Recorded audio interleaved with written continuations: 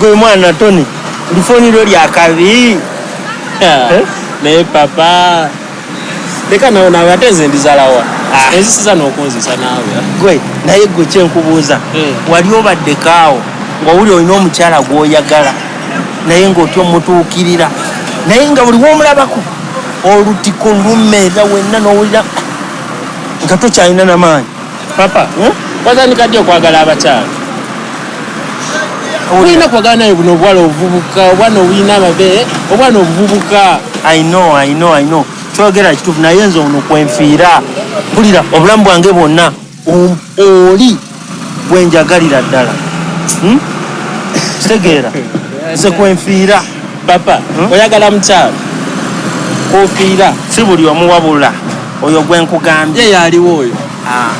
awo nno oli ku nsonga ate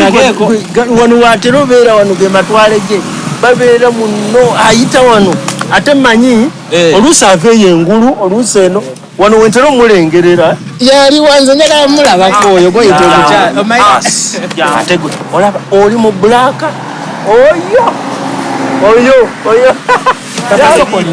kikyotalayeono mu bulaka wanna gwe nyinza mufuna ntya papa okyayagala obulamu